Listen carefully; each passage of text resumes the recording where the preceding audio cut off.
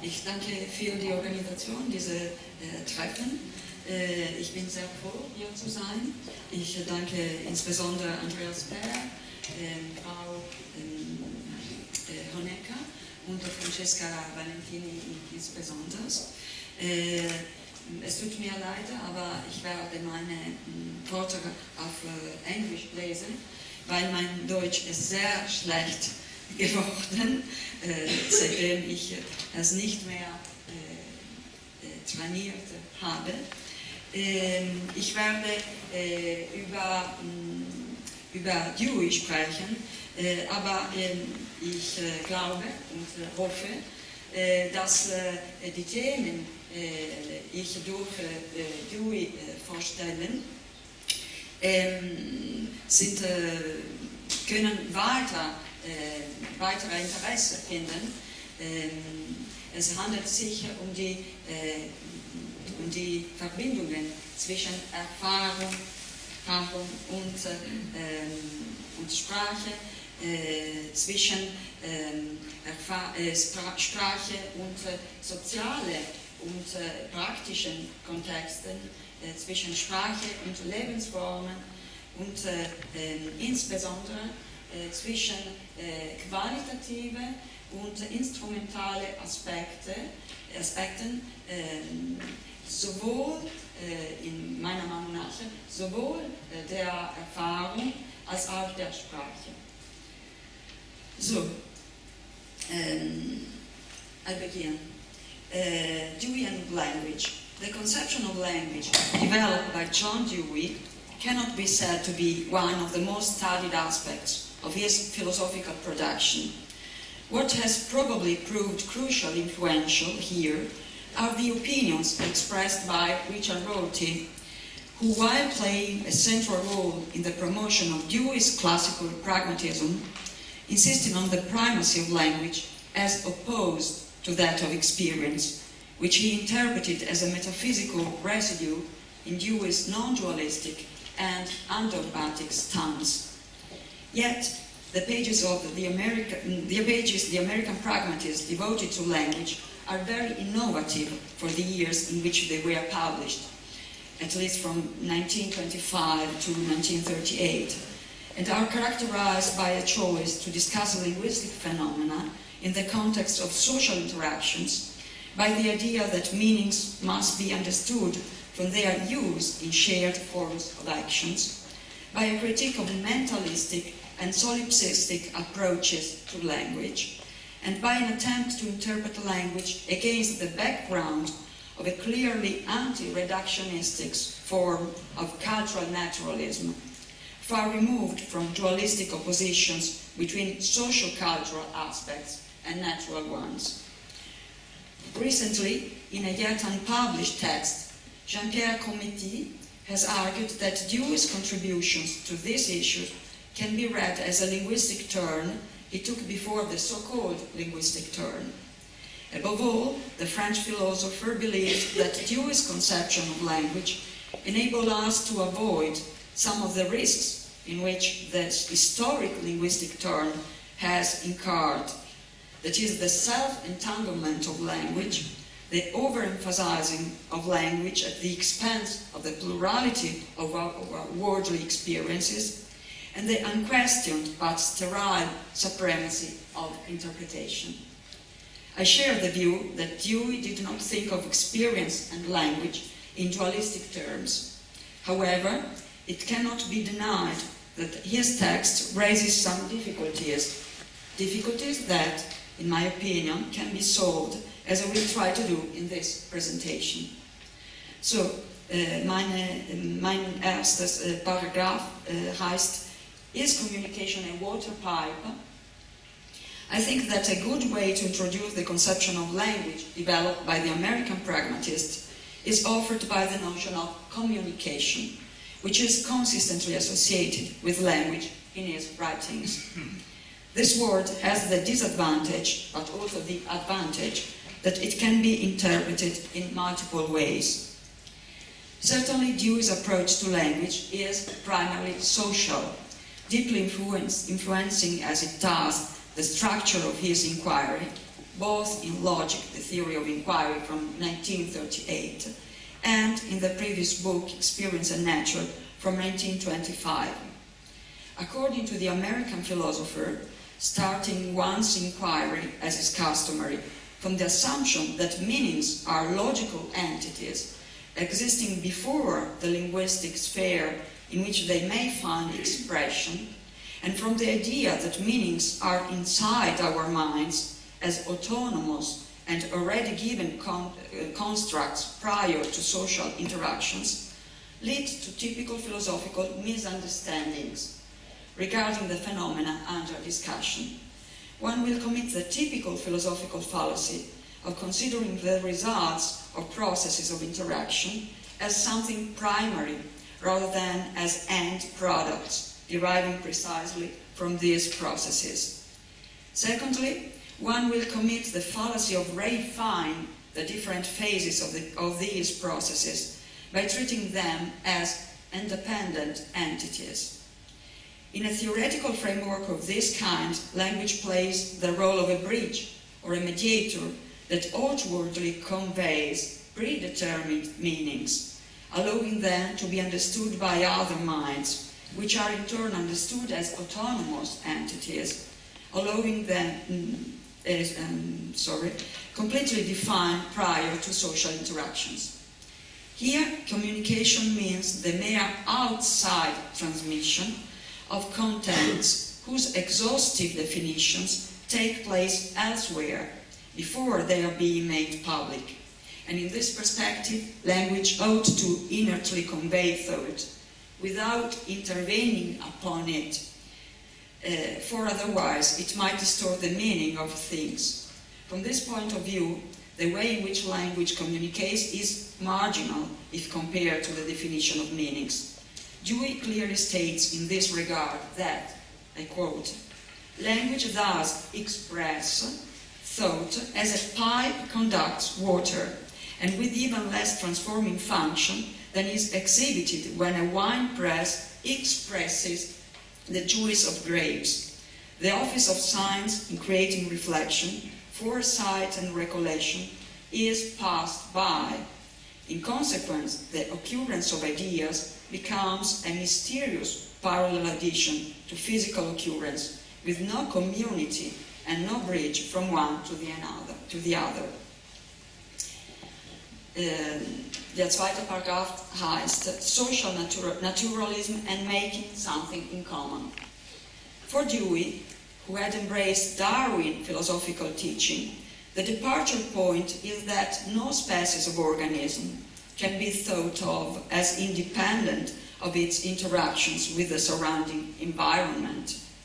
In the case of human beings, it is almost a truism to recognize that man's environment is naturally social. This aspect applies to many forms of self-moving animal life.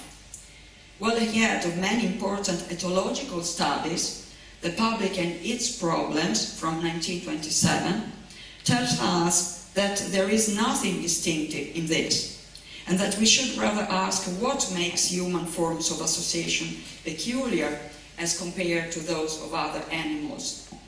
Dewey's answer in Experience and Nature, published 2 years earlier, is that our environment is social in a participative way. Whereas hens, when hearing the sound of corn, display self-centered forms of behavior, for each hen is striving to satisfy its own hunger, and association between them is simply the result of the same need. In the human case, behavior in the pursuit of a goal is willy-nilly cooperative. I cannot but take into account what my interlocutor does. I have to, I quote, put myself in his shoes, end of quote. The action is structurally shared or participatory in the sense that, in order to be accomplished, it needs many individuals' contributions. This is why communication is so important for the human species, because, according to Dewey, it literally means making something in common. When Dewey argues that, I quote, language is the tool of tools, end of quote, He is emphasizing the fact that it means acting with an aim in view. The experience we have of our environment is primarily qualitative, precisely because we are structurally exposed to our environment. We feel it, rejoice or suffer for what it does to us, and for what it means directly for us. Danger, comfort, benefit or harm, prosperity or impoverishment. Quoting Franz Boas' thesis that, I quote, "The two outer traits in which the distinction between the minds of animals and man finds expression are the existence of organized articulated speech in man, and the use of utensils of varied application," end of quote. The pragmatist philosopher argues that one of our more distinctive traits is our ability to reflect or to defer the enjoyment or suffering of those things which are immediately within our reach, by considering them as means in view of further purposes. In this light, the instrumental function of communication, and particularly of verbal language, seems rather amazing. Logic, the theory of inquiry, reminds us that artificial signs and their meanings are much more powerful than natural signs or symbols, and those significances they are able to signal. While smoke already implies a certain form of representation, because it requires an inference, if I see some smoke, then somewhere there must be a fire burning. The word smoke may refer to smoke regardless of its existence, even in only virtual contexts, because of its multiple relations with other signs, which lend words their adaptability to the most diverse communicative situations. From this point of view, communication as making something in common develops as an ordered discourse, which in each case will refer a specific context of action. I come to my third paragraph, meanings and practices, that is, how language and experience support each other. But what kind of relativism is this? In order to clarify this position, it is useful to recall a revealing example Dewey proposes in his Logic. Long before Willem van Orman Pine's famous anecdote on the Gavagai rabbit, presented in his essay on ontological relativity, Dewey drew a similar anthropological example from the book The Meaning of Meaning, edited by Ogden and Richards. A visitor is dealing with a wild tribe and asks a group of 5 or 6 young natives the question, "What is it?" tapping his finger on a table. The answers he gets are very different. Dodela, etada, vocali, elamba, and meza. One of the boys thought the visitor was asking the word for tapping with one's finger. Another thought that the stranger wished to know the material out of which the table was built. Another still was referring to the hardness of the wood. And only one boy referred to the table. While Quine was to theorize the indeterminate status of the radical translation many years later, Dewey quotes this example not to deny the assumed perceptual anchoring of language, but in order to argue that a translation remains indeterminate if it cannot be referred to common practices or shared linguistic customs geared towards certain purposes. Words are defined in the context of certain social action, or, to use a different language, within certain ways of living. A certain communicative context is required, both linguistic and practical, for words to mean what they mean. Indeed, I quote, "Meanings are rules for using and interpreting things, interpretation being always an imputation of potentiality for some consequences." End of quote. If meanings are objective and non-private, it is because they are, first of all, I quote, "modes of natural interaction." End of quote. Their presumed essence is not a mysterious logical or mental entity, but, I quote, the rule comprehensive and persisting, the standardized habit of social interaction. End of quote.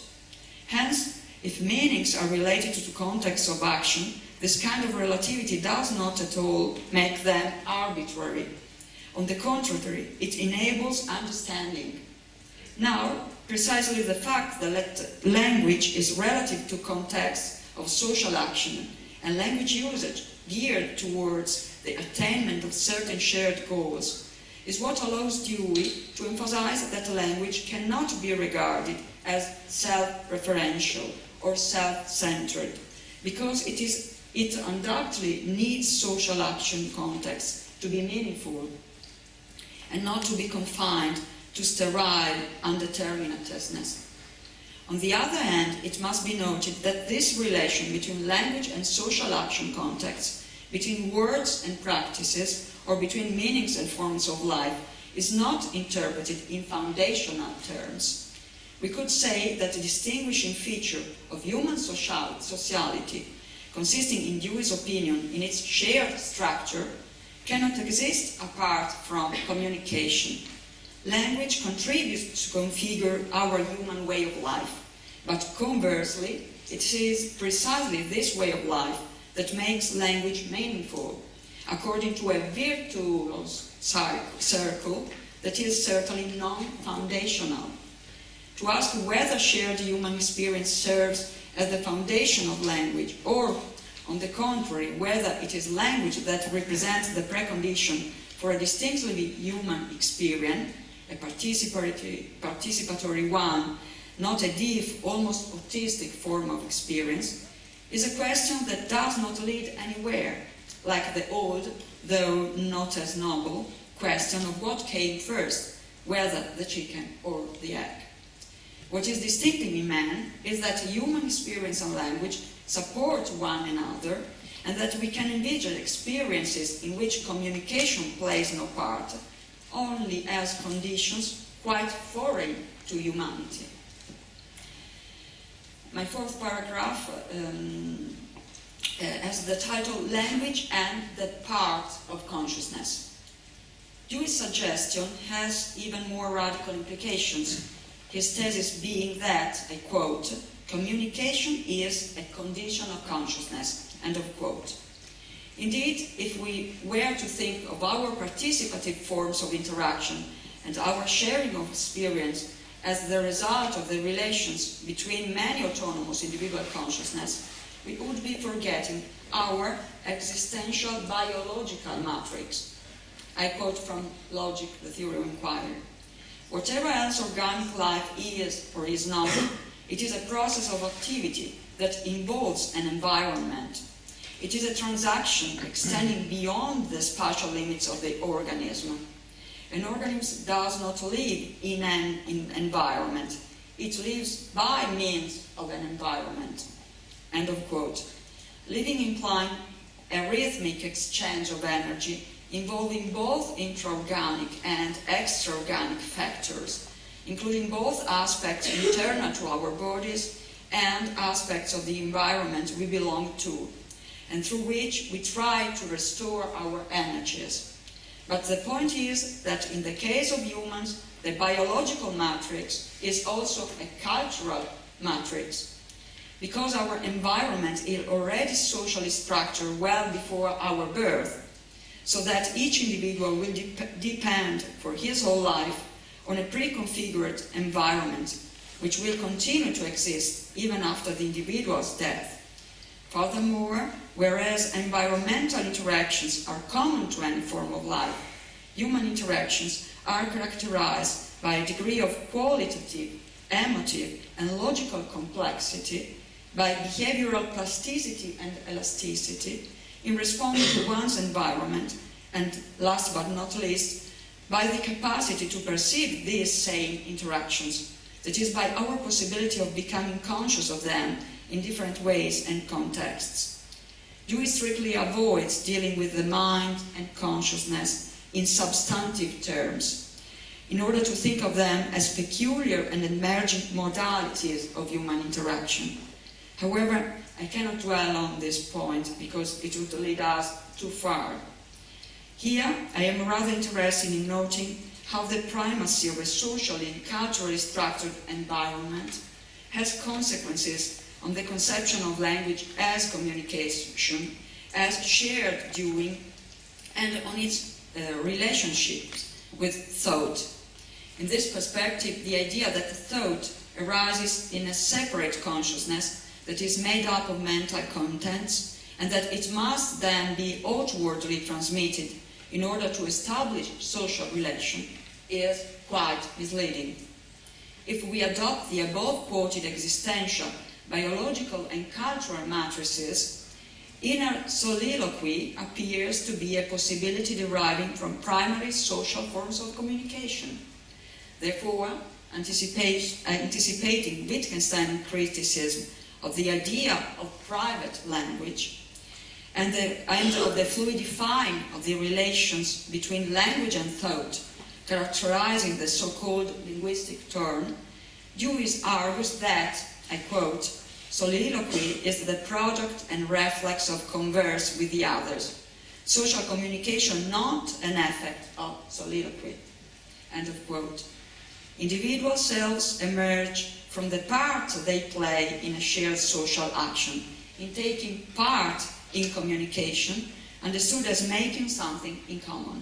They are defined by the linguistic and practical behavior by means of which they respond to the situation they are continuously faced with. The fifth paragraph has the title, What About Immediate Experience?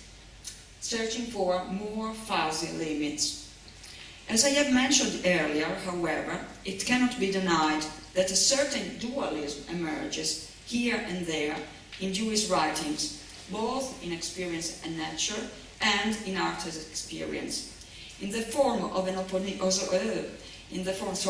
opposition between qualitative immediate experience and language conceived as ordered discourse.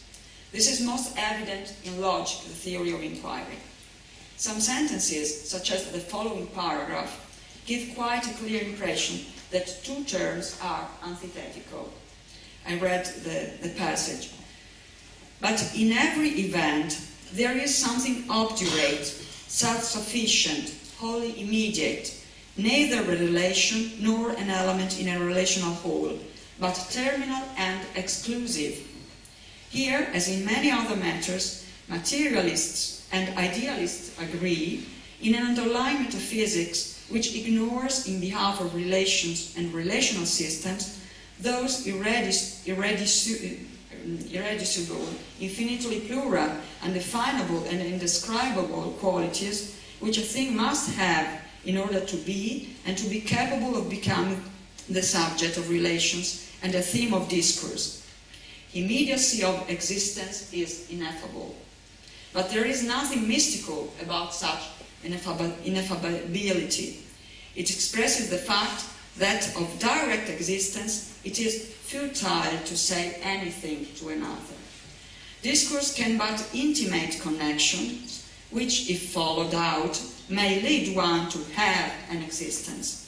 Things in their immediacy are unknown and unknowable, not because they are remote or behind some impenetrable veil of sensations or ideas, but because knowledge has no concern with them.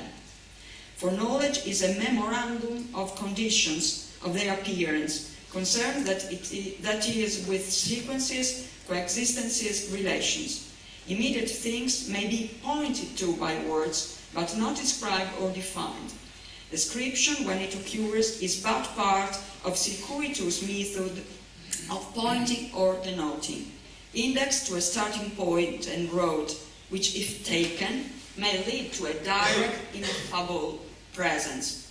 To the empirical thinker, immediate enjoyment and suffering are the conclusive exhibition and evidence that nature has its finalities as well as its relationships. End of quote. It is, of course, possible to interpret this passage in a deflationary way, with an almost Wittgensteinian style. Because of the structural dependence of our organism upon a naturally social environment, it follows that, first of all, this environment is perceived as looming over our lives, almost as a matter of survival, from the most basic needs to our prosperity. From this point of view, things are, first of all, I quote Dewey, aesthetic objects, that is, immediately enjoyed or suffered things, in which our interactions find their consummation, and a given experience simply comes to an end, without differing further. This is the non-dogmatic meaning of the immediacy of the experience, of the fact that it is not instrumental towards anything else. But when something does not work, we need to go reflexively back to those things which had a certain impact on us. We have to analyze the various aspects of the situation which has become problematic, because we do not know how to react or what to do. So we reflect and try to understand things, to find some orientation. But in fact, when things work and do not enter into crisis, there is no need to speak about them, to try to understand them. We simply enjoy or suffer them. As Dewey says, there is nothing mystical about this. We simply do not always feel the need to say something and to reason about what happens. No doubt that this kind of interpretation of the above quoted passage is plausible, but I will not hide the fact that there are other implications that need to be clarified. On the one hand, we have to understand if immediate qualitative experience is dogmatically conceived as a first neutral element, the myth of the given, and if it is interpreted as not being subject to participation. On the other hand, we need to understand if language is conceived purely instrumentally, or if, by contrast to what Mark Johnson argues in his beautiful book, The Meaning of the Body, I quote from Johnson, the need of an aesthetic of human meaning, end of quote, can find satisfaction in language itself. In other words, I believe that in order to solve this apparent antithesis, we have to develop less rigid conceptions of language and experience, for which ample traces can indeed be found in Dewey's writings. I will only briefly list some arguments in favor of a continuist conception of the close intertwining between qualitative experience and language. First of all, it must be noted that the conception of qualitative experience upheld by Dewey is a non-dogmatic one. We are very far from an attempt to found language on any kind of metaphysical datum. No doubt, things and other persons are already given in our interactions, where they impose themselves upon us with all the force of their intrusiveness. We are not the ones to construct them. However, it is not neutral atomic data we should assemble in order to build knowledge. This kind of experience, which is primary just because it is not based on reflexive consideration in Act 2, is already revealing of how certain situations or things relate to me, and not in view of other situations, things, or individuals. Besides, the contrast between having an experience and knowing is tantamount to the contrast between perceiving a certain situation and having the chance to consider it analytically, because it had entered into crisis and doesn't know what to do. That is, between feeling and inquiring, between feeling and reasoning, understood as a reflexive process in Act 2, and not as the result of previous inquiry. From this point of view, the so-called primary experience does not come first, because it is based on the results of previous inquiries conducted by ourselves or by others, because it is formed by the meanings which have enriched or impoverished our interactions with the environment, which in turn can be enjoyed or suffered, perceived for what they do to us, and not referring to something other in the construction of an orderly discourse. Finally, in the chapter of Experience and Nature entitled Natural Life and Body-Mind, it is clear that language, plays a feedback role for human sensitivity. Language then does not replace feeling in humans, but it contributes to configuring a peculiar human sensitivity, which is different from that of other self-moving animals. If animal sensitivity becomes feeling in the organisms capable of locomotion, it is because the capacity to discriminate is based on the temporal dimension of movement, which enables deferment, the postponement of an experience consummation, and the differentiation of its phases in preparatory and final moments. But only human feeling is capable of making sense, that is, of reaching conscious forms of discrimination, conscious both of qualitative aesthetic meanings and of instrumental ones. For the above-mentioned reasons, within Dewey's theoretical framework, this is only possible in a communicative context, where meaning is a method of action, a way of using things as means to a shared consummation. My last paragraph has the title, Communion Actualized. It is a quotation from Dewey.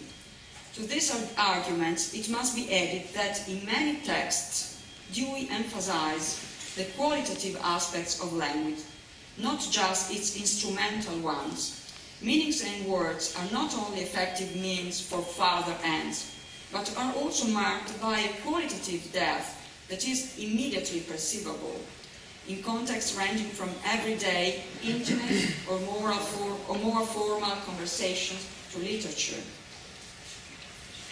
On the other hand, as stressed by the very title of Dewey's paper, Qualitative Thought and Affective Thought, the philosopher also stressed the qualitative components of thought by arguing that they play an important role in thinking, where theoretical questions must be understood as answers to the qualitative depth of immediate experience. Besides, the pragmatist philosopher supports the thesis that often a certain emotion or feeling will work as a sort of guide for the selection processes implicit in thinking, while also checking whether the conceptual tools identified are effective means of responding to an indeterminate situation. These qualitative aspects of language allows us to appreciate another feature of communication, the last one, for which Dewey had found confirmation in the paper by Malinowski, collected in The Meaning of Meaning, edited by Ogden and Richards.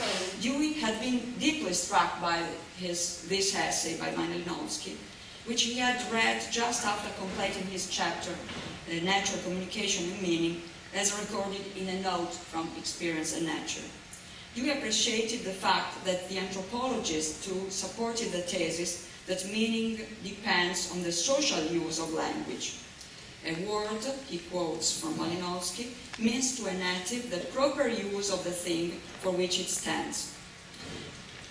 Dewey recalls Malinowski's attention for narrative and ceremonial speech, where storytelling contributes to creating or reinforcing emotional ties among participants. The anthropologist had therefore concluded that, I quote, "In every case, narrative speech is primarily a mode of social action rather than a mere reflection of thought." End of quote.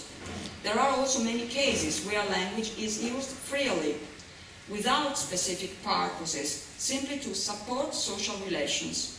In conversation of this kind, where so much weight is played by interjections, pauses, hesitations, and tones, as Roman Jacobson was to stress by explicitly quoting Malinowski, the so-called emphatic function of language manifests itself even more clearly as the ability to establish, maintain, strengthen, but also weaken, I would add, social ties. This aspect reveals that language is not only communication in the sense of making something in common, not just a social practice and instrumentality. It is also suffered and enjoyed mutuality, affirmative or painful participation in a community. In situations of this kind, speech has both the instrumental use of reassurance and the consummatory good of enhanced sense of membership in a congenial whole. I thank you very much.